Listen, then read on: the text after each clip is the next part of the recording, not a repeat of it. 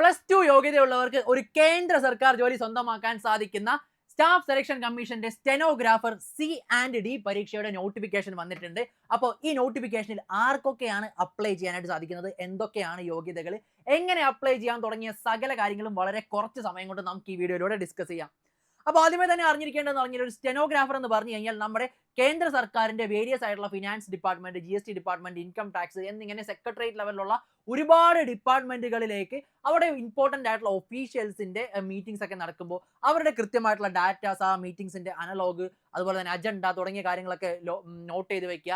അത് official document ആയിട്ട്, electronic document ആയിട്ട് സേവ് ചെയ്ത് വെക്കുക. അതായത് ഷോർട്ട് ഹാൻഡ് ഒക്കെ അറിഞ്ഞിരിക്കുന്ന ഒരു പേഴ്സണൽ സെക്രട്ടറി പോലെ അങ്ങനെയുള്ള ഒരു ജോലികളൊക്കെ നിർവഹിക്കുന്ന ആൾക്കാരാണ് ഈ സ്റ്റെനോഗ്രാഫേഴ്സ് എന്ന് പറഞ്ഞു കഴിഞ്ഞാൽ. അപ്പോൾ സ്റ്റെനോഗ്രാഫറിന്റെ C&D പോസ്റ്റിലേക്കുള്ള നോട്ടിഫിക്കേഷൻ ആണ് ഇപ്പോൾ വിളിച്ചേക്കുന്നത്.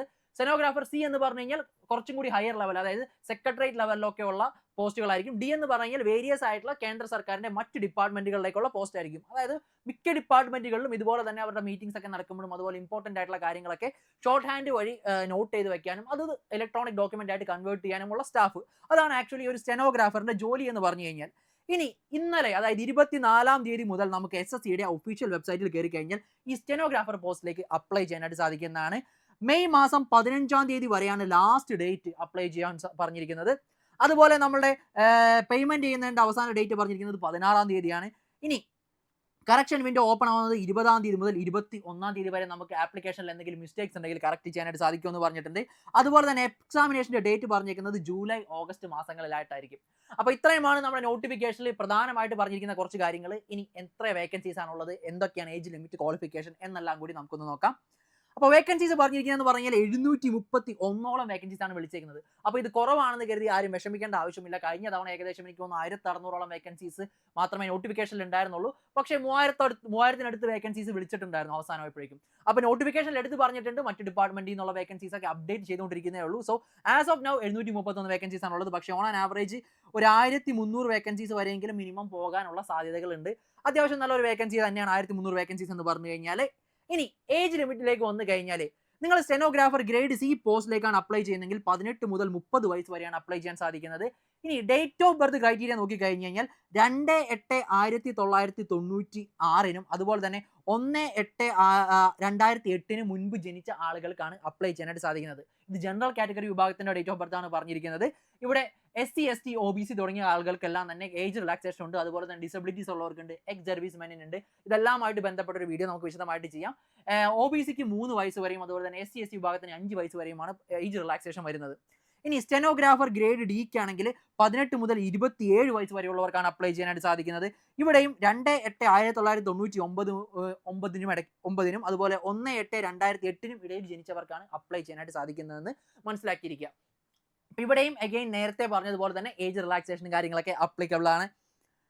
അതുപോലെ ആപ്ലിക്കേഷൻ ഫീ എന്ന് പറഞ്ഞാൽ 100 രൂപ മാത്രമേ ആപ്ലിക്കേഷൻ ഫീസ് ആയിട്ട് നിങ്ങൾ അടയ്ക്കേണ്ടതുള്ളൂ. അതുപോലെ തന്നെ സ്ത്രീകൾക്ക് അടയ്ക്കേണ്ടതില്ല, SC വിഭാഗത്തിലും ST വിഭാഗത്തിൽപ്പെട്ട ആളുകൾക്ക് അടയ്ക്കേണ്ടതില്ല, എന്തെങ്കിലും രീതിയിൽ ഡിസബിലിറ്റീസ് ഉള്ളവർക്ക് അടയ്ക്കേണ്ടതില്ല, എക്സ് സർവീസ് മെന്നിനും എന്ത് ചെയ്യേണ്ട ആവശ്യമില്ല, ഇതുപോലെ ആപ്ലിക്കേഷൻ ഫീസ് അടയ്ക്കേണ്ട ആവശ്യമില്ല. അപ്പോൾ 100 രൂപ മാത്രമേ എക്സാമിനേഷൻ ഫീസ് ആയിട്ട് വരുന്നുള്ളൂ.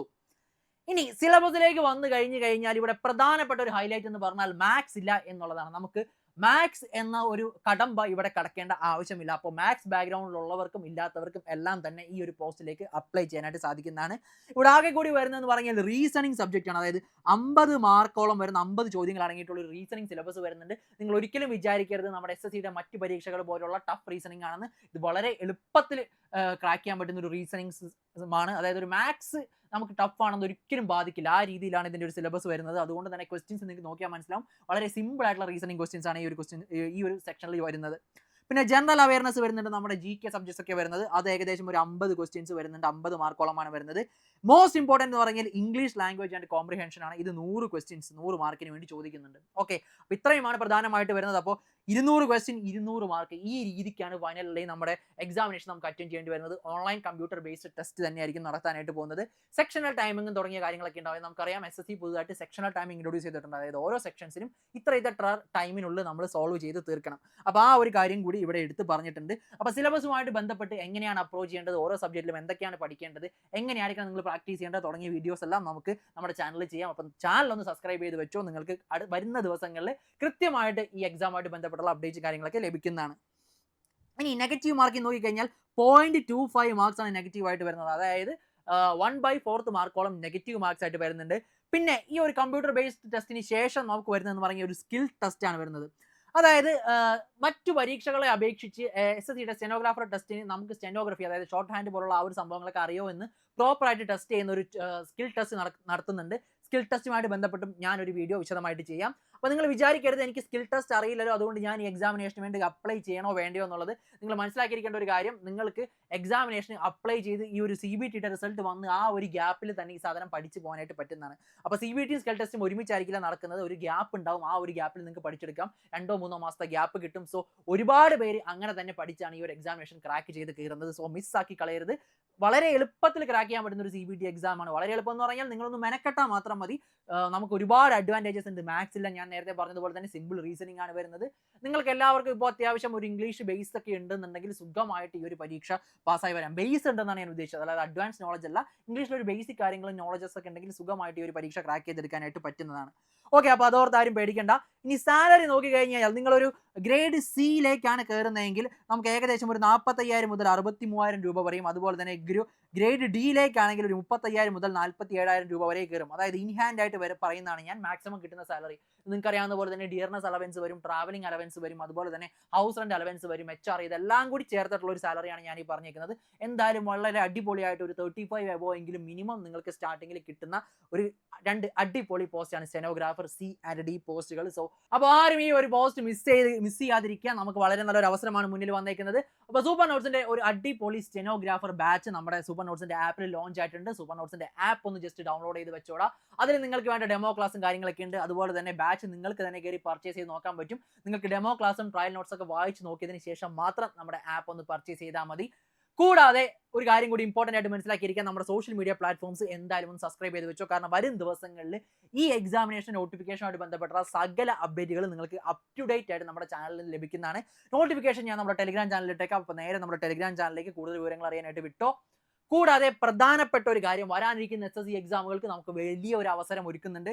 സോ SSC എക്സാമുകളുമായിട്ട് ബന്ധപ്പെട്ട് നിങ്ങൾക്ക് എന്തെങ്കിലും കാര്യങ്ങളോ സംശയങ്ങളോ അറിയാനുണ്ടെങ്കിൽ ഫ്രീ മെന്റർഷിപ്പ് അവൈലബിൾ ആണ്. ഫ്രീ മെന്റർഷിപ്പിനായിട്ട് താഴെ കാണുന്ന ഗൂഗിൾ ഫോം ഒന്ന് ഫില്ല് ചെയ്താൽ മതി. സോ സ്റ്റെനോഗ്രാഫർ പരീക്ഷ നല്ല ഒരു അടിപൊളി അവസരമാണ്. ഞാൻ വീണ്ടും പറയുന്നു, മിസ്സാക്കി കളയരുത്. എന്തെങ്കിലും സംശയങ്ങളോ കാര്യങ്ങളോ ഉണ്ടെങ്കിൽ നേരെ വിളിച്ചോ 8281223366. നിങ്ങൾക്ക് ഏത് ഫാക്കൽറ്റിയെ വേണമെങ്കിലും ചോദിക്കാം. അതല്ലാന്നുണ്ടെങ്കിൽ നിങ്ങൾക്ക് മെന്റേഴ്സിനെ കോൺടാക്ട് ചെയ്യാം. ഡയറക്ട്ലി ഫ്രീ ആയിട്ടുള്ള മെന്റർഷിപ്പ് നിങ്ങൾക്ക് അവൈലബിൾ ആയിട്ട് ഇരിക്കുന്നതാണ്. സോ എന്ത് സംശയങ്ങളും കാര്യങ്ങളും ഉണ്ടെങ്കിലും എപ്പോൾ വേണമെങ്കിലും കോൺടാക്ട് ചെയ്തോ. അപ്പോൾ മറക്കണ്ട, ഈ എക്സാമായിട്ട് ബന്ധപ്പെട്ടുള്ള വീഡിയോസ് അടുത്ത ദിവസം ചാനലിൽ വരുന്നതാണ്. അപ്പോൾ മറ്റൊരു വീഡിയോയിൽ കാണാം. Thank you and bye bye.